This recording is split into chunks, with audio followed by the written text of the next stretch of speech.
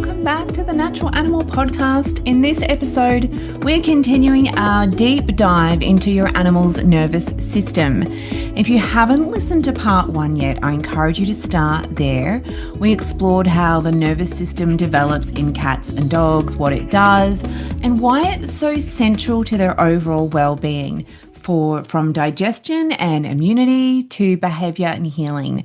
And today we're going deeper. We're going to be talking about what happens when the nervous system becomes dysregulated, what stress actually looks like in our pets, how emotional responses form, and how we can support their systems gently and naturally. And if you happen to be watching this podcast, you will, I'm sure, have noticed this little rat bag over here in my beautiful Boston fern. That is Matilda. She likes to climb in there and play in there like it's her own little garden. And she's extra excited because Boston has been outside for about a week. I needed to water him, and I also thought I'm going to give him a break from this little psycho kitten who wants to live in it. Not that plants are it, they are also living, breathing, sentient beings. So there we go. Enjoy that little piece of entertainment. Hopefully she won't be too much of a distraction. I'm sure she will eventually tire of it. But there's a little bit of side entertainment there for you if you are watching. And if you've never watched one of my podcasts, this might be the thing that gets you to watching them, to see this little rat bag in action.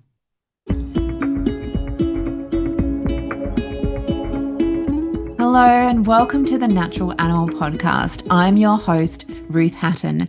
I'm an animal naturopath and just big animal lover in general. Here on the show, we share thoughts and ideas about the nature of animals, their preferences, their behaviors, their ways of being, to engender a greater understanding, respect, compassion, and love for all animals, companion, farm, and wild. I hope you enjoy this week's episode. So, back to the nervous system. We're going to start off with what is nervous system dysregulation. Now, a well-regulated nervous system allows animals to respond to stress and then return to balance. But when that ability is compromised through trauma, through overwhelm, through illness, or long-term environmental stress, the nervous system can become dysregulated. In this state, the body's built-in brakes stop working effectively. The animal can no longer move smoothly between activation and recovery. Instead, they can become stuck in one of two modes. Hyperarousal, this is your fight or flight state, where we can see tension, reactivity, vocalization, pacing, aggression, and heightened startle response. The other state is hypoarousal.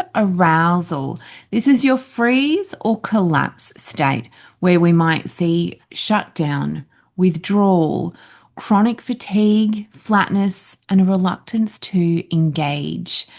It's important to note that these are not behavioural problems. They are nervous system survival strategies. Innate, deeply wired responses designed to keep the animal alive when they perceive threat or overwhelm.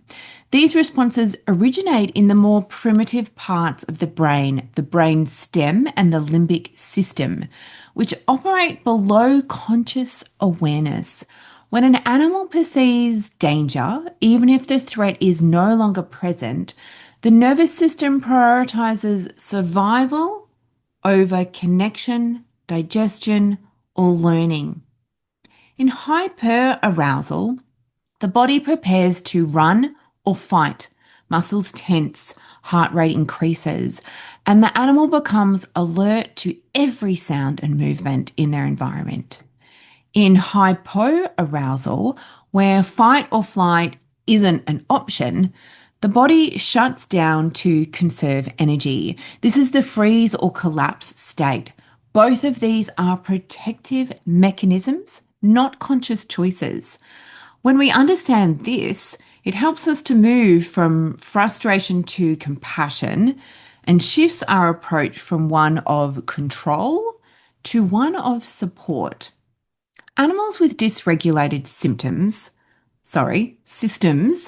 often show signs like constant scanning of the environment, restlessness or inability to settle even in familiar safe spaces, overreaction to the smallest of triggers, repetitive behaviours like licking, chewing, barking, hiding, digestive issues that persist despite dietary changes or digestive support. It is also common to see emotional flatness or oversensitivity. The animal might be described as either too much or not quite there. Over time, dysregulation can wear the body down, especially the systems of immune, digestive, and endocrine. That's why recognizing and supporting the nervous system is so important. The goal isn't to stop the fight or flight response, it's to help the body know when it's safe to come back to center. And that's where our work as pet parents, as guardians, as carers, observers, and healers really begins. Stress is not always loud. It doesn't always look like barking, biting, or hissing. In fact, some of the most stressed animals are the quietest ones because their nervous systems have gone into shutdown. And I'm just going to pause for a moment there because there is an interesting little scenario happening at my house. Elvie and Matilda are playing, and it's so hilarious when they do because she's so tiny compared to his big 9 kilo body. Like she's like 1.5 kilos plus. And they were just sneaking around the door and playing like hide and seek. It was so hilarious. Sorry for that interjection. So, stress can present in ways that are easily overlooked or misinterpreted. You might see a cat hiding in the wardrobe and not coming out for meals. You might see your dog yawning repeatedly, licking their lips, or turning their head away. Maybe your animal is over grooming to the extent that there are bald patches. Maybe there is a loss of appetite or overeating. Maybe there is hypervigilance, so being alert even when the home is quiet and peaceful. Maybe your animal has difficulty settling even when, they're lying down. These are not personality quirks. They are messages from the nervous system. In dogs, common sources of stress include overstimulation, too much noise, activity or handling, lack of structure, inconsistent human interaction, or insufficient rest and recovery time. Even overly demanding training methods can trigger or worsen nervous system dysregulation. In cats, often stress revolves around control and territory. Disruptions to their environment, like new animals. Hello, welcome to my house. Speaking of the devil, Matilda, come and say hello. Come say hello. Oh, this is Matilda, everybody. Can you hear him squeak me out? He's like, I don't want to be held. Let me go. I want to explore and play and see the world. Okay, darling. So new animals can be a stressor. If you haven't listened to part 1, go back and listen to it. Also, on my Substack, I wrote an article or something like Peace in the Chaos. That was the first article I wrote. um, after the arrival of Matilda, and it speaks to this, the stress of new animals, right? So in cats in particular, this can be really stressful for them. And we have been working and moving through it. You know, they're getting along well, they're playing, but there is still hissing and swiping as she's still learning boundaries. She has not mastered that lesson yet. She sees Max's and Elvie's tails as toys, and she likes to jump on them. So yes, it's all fun and games here with the new kitten on the block.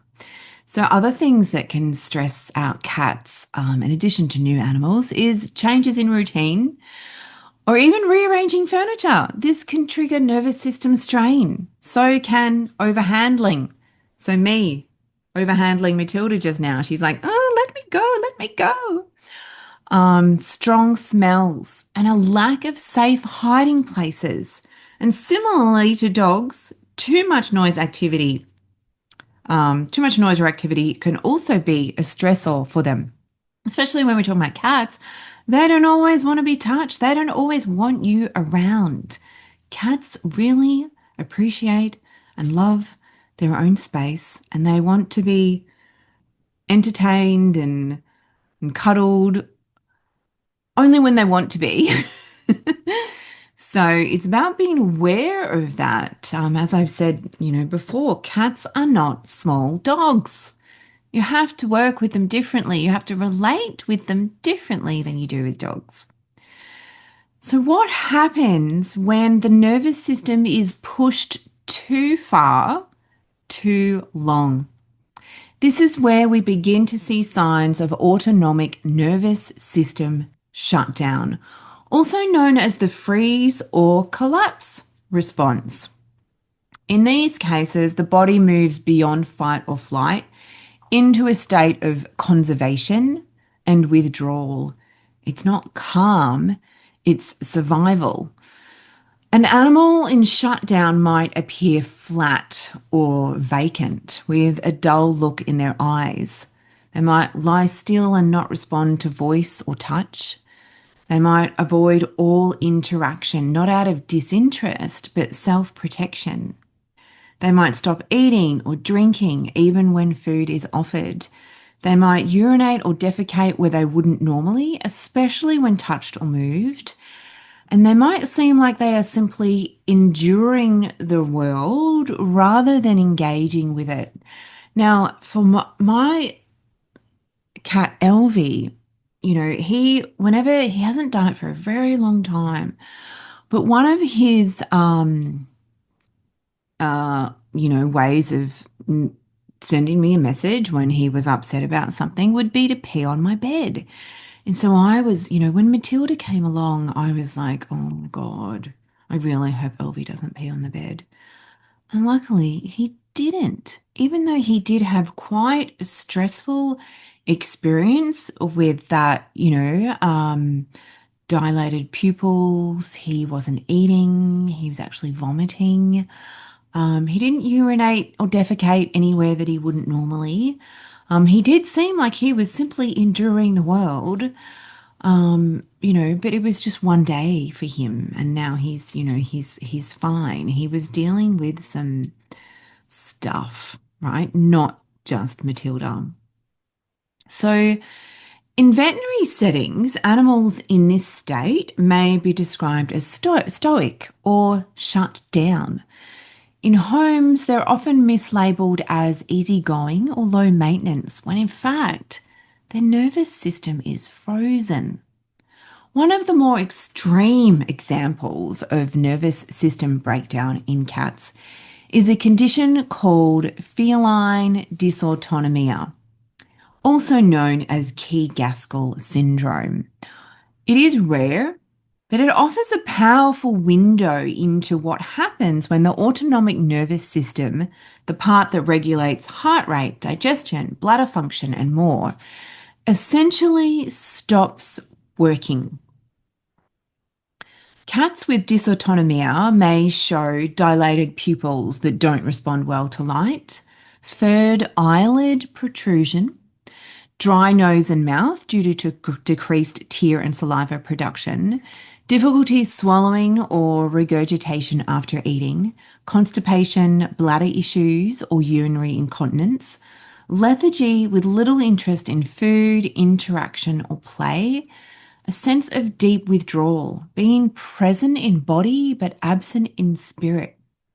While most cats will never develop this condition, it shows us what can happen when the nervous system can no longer maintain equilibrium. And it also shows us those, symptoms, common stress symptoms, like, if they don't have dysautonomia, which they probably don't, those symptoms of the autonomic nervous system becoming dysregulated, the dilated pupils, dry nose and mouth, difficulty swallowing, constipation, bladder issues, urinary incontinence, lethargy with no interest in food, being withdrawn, right? These can also just be symptoms of stress, but we're looking at more of like this, these symptoms are hanging around for a long time, right? And also there might not necessarily be any stressor that you can identify, right? So most cats will never develop this condition, right? But it shows us what can happen when the nervous system can no longer is out of balance, right? And more subtly, many cats live at the edge of this state, especially those who've experienced trauma, chronic overstimulation, or an absence of autonomy. The takeaway is this: true calm isn't just the absence of noise or movement. We have to ask, is this peace or is this total shutdown? Nervous system shutdown. Because recognizing the signs of nervous system stress, whether it's early, subtle, or severe, is the first step towards helping our animals come back to life, not just physically, but emotionally and energetically too. I want to talk now about emotional experience, because our animals feel things and they remember those feelings. There's a concept called emotional valence, which is just a fancy way of describing whether an experience feels good, bad, or somewhere in between. It's the emotional charge that gets attached to something based on how the animal experiences it. So, for example, if your dog goes to the vet and has a painful or scary experience, they're likely to assign a negative valence to that place. Next time, even before anything happens, they might tremble, whine, or resist going inside. And it might start before you even get to the vet clinic. It might start before you get into the car, because they associate the car with the vet. This is why it pays to have that, frequent car travels associated with good experiences, so they don't just associate car travel with bad experience. It's something that I want to do with Matilda, making sure that she's got that emotional resilience, that she doesn't associate the car with danger, right? Now, to give you another example of emotional valence, if your cat loves basking in the sun while you stroke them gently, that whole experience might carry a positive valence of warmth, safety, and connection. Over time, these emotional charges get stored in the nervous system. They shape how animals move through the world, what they trust, what they avoid, what they seek out, and what they brace against. And this ties into their emotional intelligence, which is often overlooked. Animals aren't just reacting to the world randomly. They're reading it, interpreting it, responding based on past experience and emotional memory and how safe they feel in the moment. And while dogs and cats are both emotionally receptive, they express that receptivity in different ways, rooted in how they've evolved, how they relate to humans, and what they need to feel safe. Dogs, as deeply social animals, tend to be more outward in their responses. They often look to their humans for guidance, connection, and emotional cues. They'll read your facial expressions, they'll mirror your tone of voice, and they'll respond with gestures which we can easily recognize. Tail wagging, whining, leaning into you, seeking proximity when you're upset. Cats, on the other hand, are just as emotionally in tuned, But their sensitivity is often more subtle, more energetic. They may not come bounding over to you when you're sad, but they'll watch you closely. They'll track changes in your mood and they'll respond by adjusting their proximity, blinking softly or sitting near you without crowding your space. They're perceptive and precise. Every flick of the tail, every shift in their ears means something. Neither species is more or less emotionally intelligent. They simply express it through different lenses. And when an animal feels emotionally safe, you'll often see that intelligence shine through. They're able to move through emotions smoothly. They might get startled, but they don't get stuck there. They recover. They feel excitement and then they can settle. That is emotional regulation in action. But when the nervous system is dysregulated, those emotions can get stuck. The fear doesn't go away. The tension lingers. And that's when we often start to see physical or behavioral symptoms emerge. So rather than trying to fix emotional expression, our job is to support the nervous system, to help our animals feel safe enough to feel and to recover. So, how do we help our animals return to a state of balance and stay there, or be able to regulate themselves so that they get back there quickly rather than stay in that fight or flight or freeze mode? A big part of the answer lies in supporting the vagus nerve. We touched on the vagus nerve in the last episode. The vagus nerve plays a vital role in helping the nervous system shift from stress into safety. A strong responsive vagus nerve, what we call high vagal tone, means your animal can recover more easily after stress. And that's what we want, right? That's healthy stress response. They don't get stuck in fight, flight, or freeze. They're able to rest, digest, heal, and connect. And I'm going to share with you a few powerful ways that you can support your animal's vagal tone and overall nervous system regulation naturally and gently. Now, we're going to start with what people tend to focus on first, which is nutrition and supplements, right?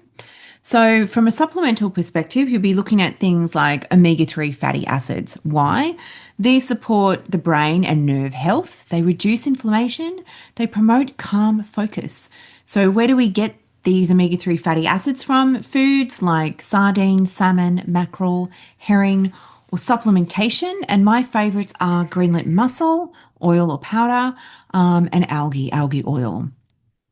Another nutrient that can help is magnesium. Magnesium helps to relax muscle tension and modulate, balance the stress response. Magnesium-rich foods include pumpkin seeds, spinach, kale, broccoli, chia seeds, quinoa, oats, and salmon. Make sure it's wild caught, not farmed. Also looking at things like dark poultry meat. For cats, this is especially good because it's higher in taurine than your light poultry meat, organ meats, and also egg yolk. Another nutrient is B vitamins, especially your B6, your B12, and your folate. These support the synthesis of calming neurotransmitters like serotonin and GABA. So from a food perspective, we're looking at brewer's yeast, nutritional yeast. I'll come back to that soon because there's something I want to say about that. Organ meats. Now, organ meats, fresh is best. If you can't get fresh, if your animal won't eat fresh, you can look at powders like freeze-dried. Like I have a product in the 3 Rays Animal Apothecary called Awfully Vital, which is a blend of organic grass-fed organ meats. So I said I was going to come back on the nutritional yeast. Now, nutritional yeast has naturally occurring B vitamins, but a lot of the nutritional yeast on the market will also be supplemented with B vitamins, and these B vitamins are synthetic, right? So as best as sometimes it's on the label and sometimes it's not. So you won't necessarily know just by looking at the label, right? So, but ideally you're getting nutritional yeast that is not fortified with B vitamins. It only has the naturally occurring. And if you want some guidance around, particular brands, reach out, send me an email, send me a DM. I'm happy to help. Then also we're looking at probiotics and prebiotic rich foods to nourish the gut, which is deeply connected to the vagus nerve via the gut-brain axis. So foods like yogurt, kefir, plant foods, mushrooms, chicory. I have a product called Gut Food, which is a great probiotic and digestive support supplement. With the yogurt, I always recommend avoiding dairy, avoiding yogurt from cow's milk, especially if you want to do dairy, goat or sheep. I'm giving my guys at the moment, what are we doing? Goat yogurt. And I got that because of Matilda, because she was 10, 11 weeks when she came to me. And so it's important to have have that source of that like milkiness, but also it's good for building her healthy gut microbiome as she's growing, right? Otherwise, you can do non-dairy yogurt like coconut. Just make sure it's a non-flavored, doesn't have any nasty sugar in, natural. And of course, none of this matters if we're not feeding a species appropriate diet. So a dog or cat cannot regulate their nervous system if they're constantly trying to digest foods their body was never designed to process. It adds a stress on the body, right? Highly processed kibbles, artificial additives, low quality proteins, these can all contribute to inflammation, gut dysbiosis, which is an imbalance of the gut microflora, and stress on their whole system.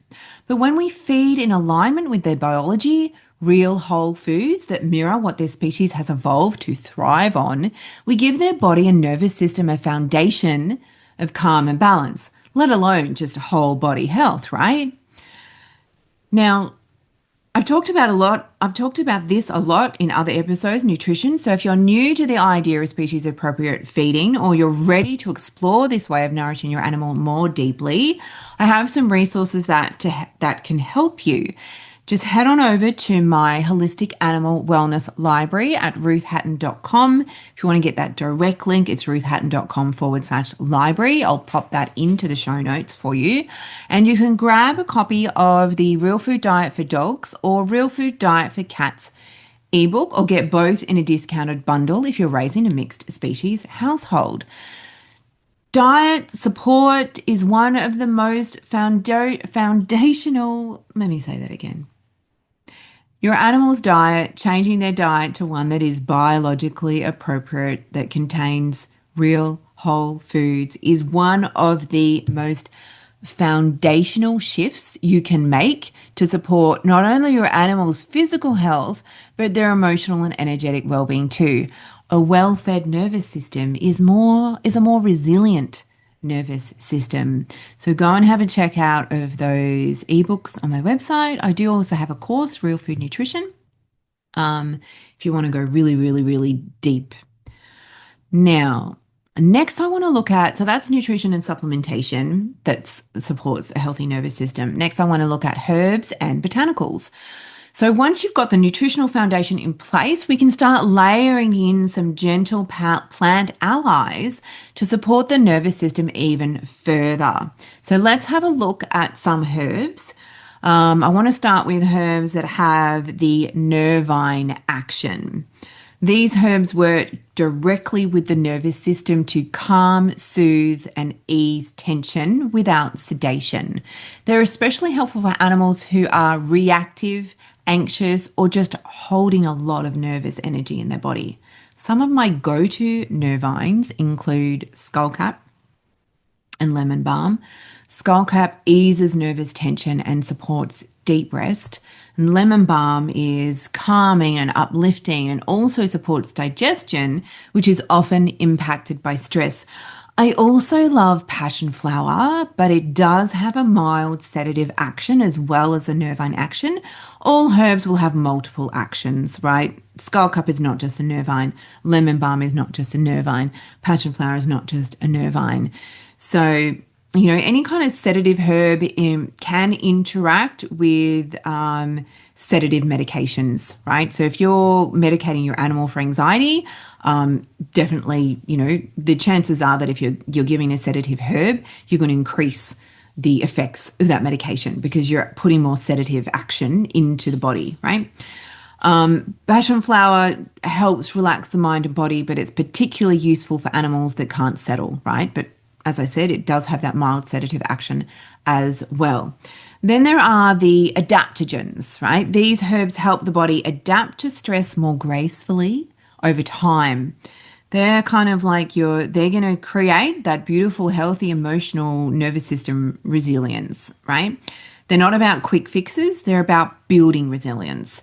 Two of my favorites for animals are ashwagandha. Ashwagandha, I take it myself every day throughout the day. It is grounding and restorative, especially for animals who burn out easily or who have trouble switching off. And another one is Romania. This is very supportive for the adrenals and particularly helpful in animals dealing with chronic stress or depletion. Now, I don't want you to just run out there and go and buy these herbs. It is important, essential, in fact, that you seek practitioner advice first. Each herb can have cautions, contraindications, drug interactions, right? So, what might be safe for one animal might not be safe for your animal. So they're not something that should just be, used willy-nilly, right? Either see an animal herbalist, an animal naturopath, or a holistic or integrative vet who is trained in animal herbalism, okay? If you want to see me, brilliant, I'm available.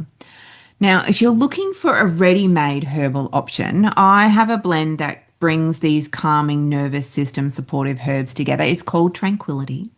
It's new to my range. It's formulated specifically for animals who are anxious, overwhelmed, or holding tension in their bodies. It features a synergy of nervines, adaptogens, and heart healing herbs, and it is available at my apothecary, Three Rays Animal Apothecary.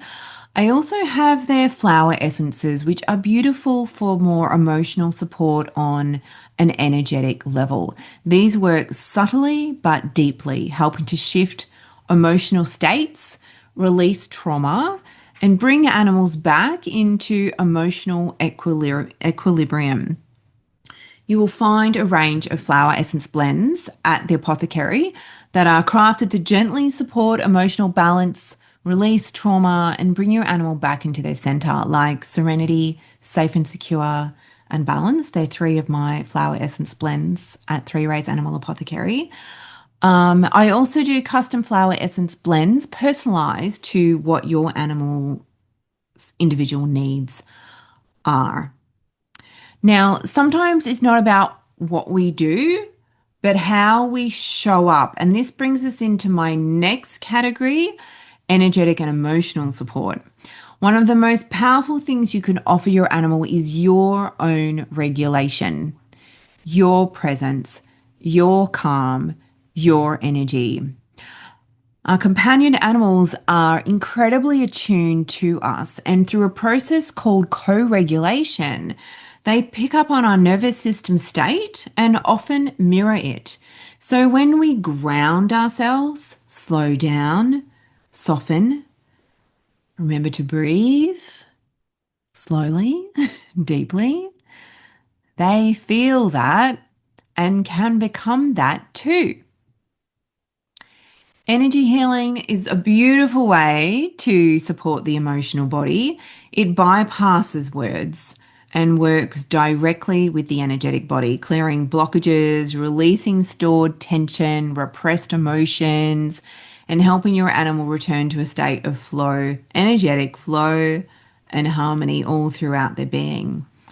Whether it's distance healing or hands-on work, it can bring profound shifts, especially for animals who are sensitive, shut down, or unable to be touched physically. Now, some animals who are happy to be touched physically, you can do hands-on energy healing, but not every animal will want that, especially if they are suffering from nervous system dysregulation. It might be too much for them, right? And this is the beauty of energy healing. We don't need to lay our hands on the animal to have a healing effect, right? This is a modality that I work with regularly in my practice, energy healing, that is. Offering this service to animals tailored to what they uniquely need using a variety of different energy healing modalities.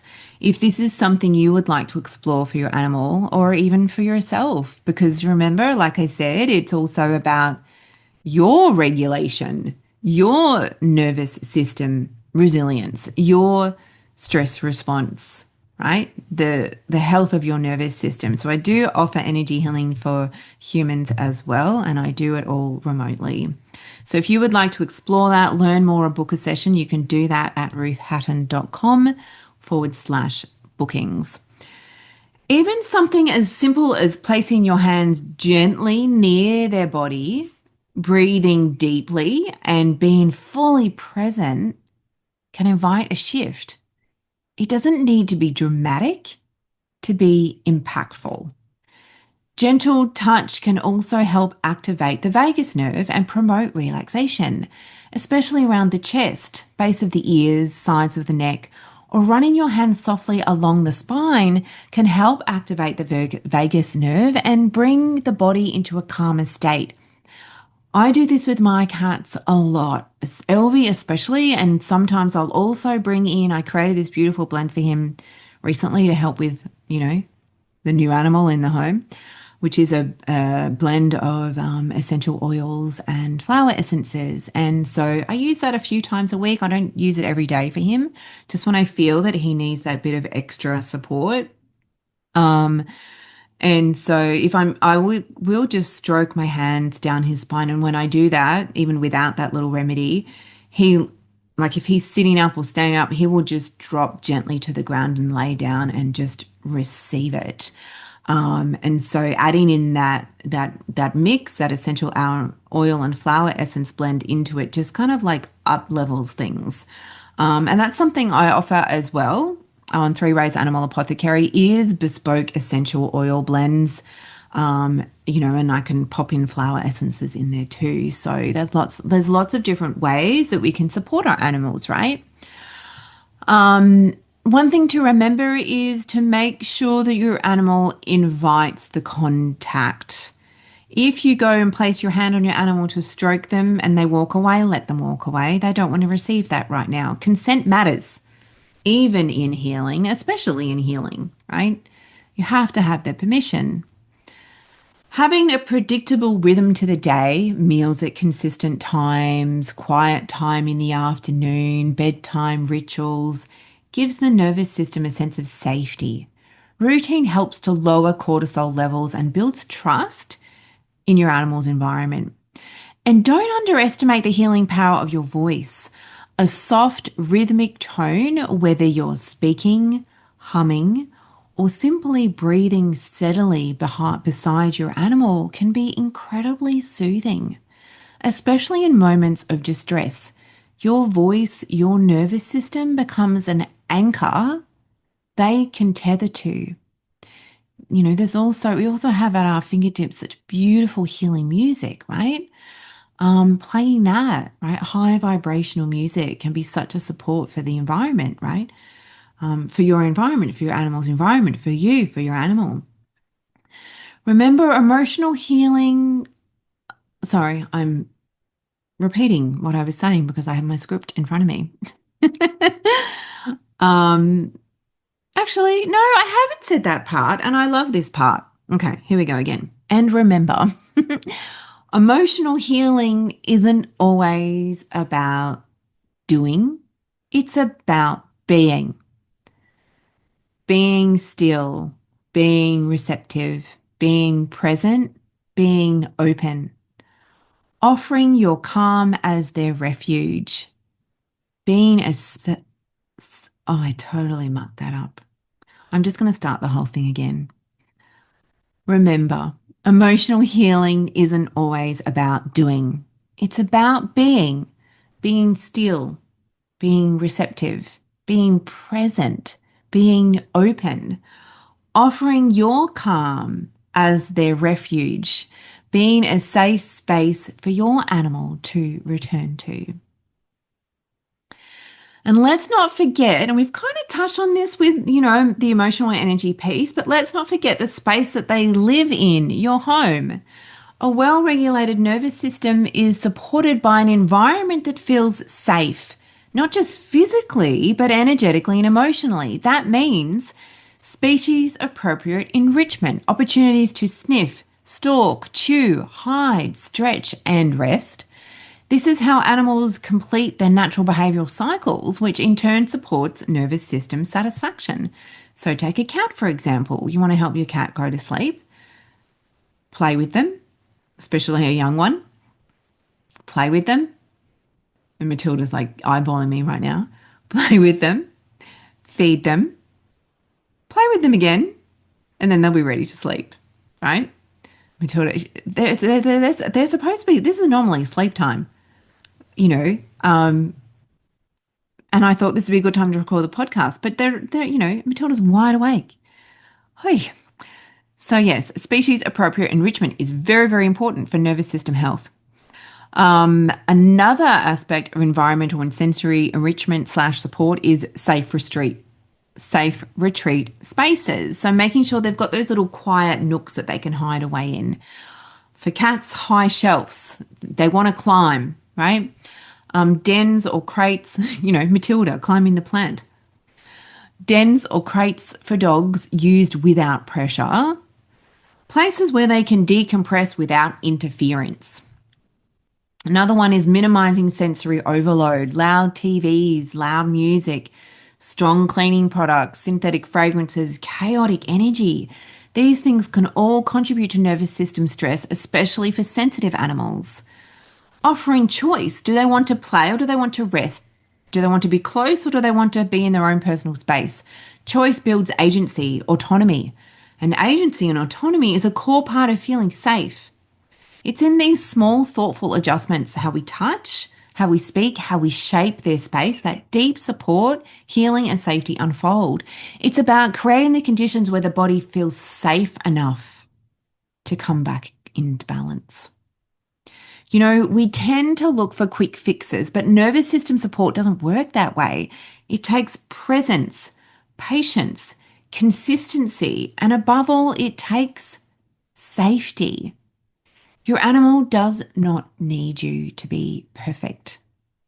They need you to be present, aware, to slow down, to listen, to breathe, to create space for them to be exactly where they are, to create space for you to be exactly where you are, and honoring that and holding that and loving that and being with that. And I could go on and on and on. I think you get the gist, right? So this week, I invite you to notice what seems to bring your animal into calm. Not just physically, but emotionally. Is it soft touch? A certain spot in the sun? Your voice when you're grounded? Music, as I mentioned. What patterns help them to feel safe enough to soften? Start there. Maxie's talking to me. Let that be your entry point into supporting your animal's nervous system. If you'd like to continue the conversation, you can join me over on my Substack with the animals or my Instagram at ruth.animalnaturopath. I would love to hear what this episode brought up for you, even if it's just hilarious Matilda. Now I've just got Max and Matilda in front of me. Kissing, play nice, please. No fighting on the podcast. Thank you. Yeah, even if this episode was just hilarious for you to see the antics of my felines. Joy is also helpful for the nervous system. So, what this episode brought up for you, what you're noticing in your own animals, or how your understanding of their nervous system is shifting the way that you care for them. Thank you for being here. Thank you for caring for your animals the way that you do, for showing up. And thank you for walking this path with me. It is such a special, sacred path. journeying through our lives with with these beautiful animals.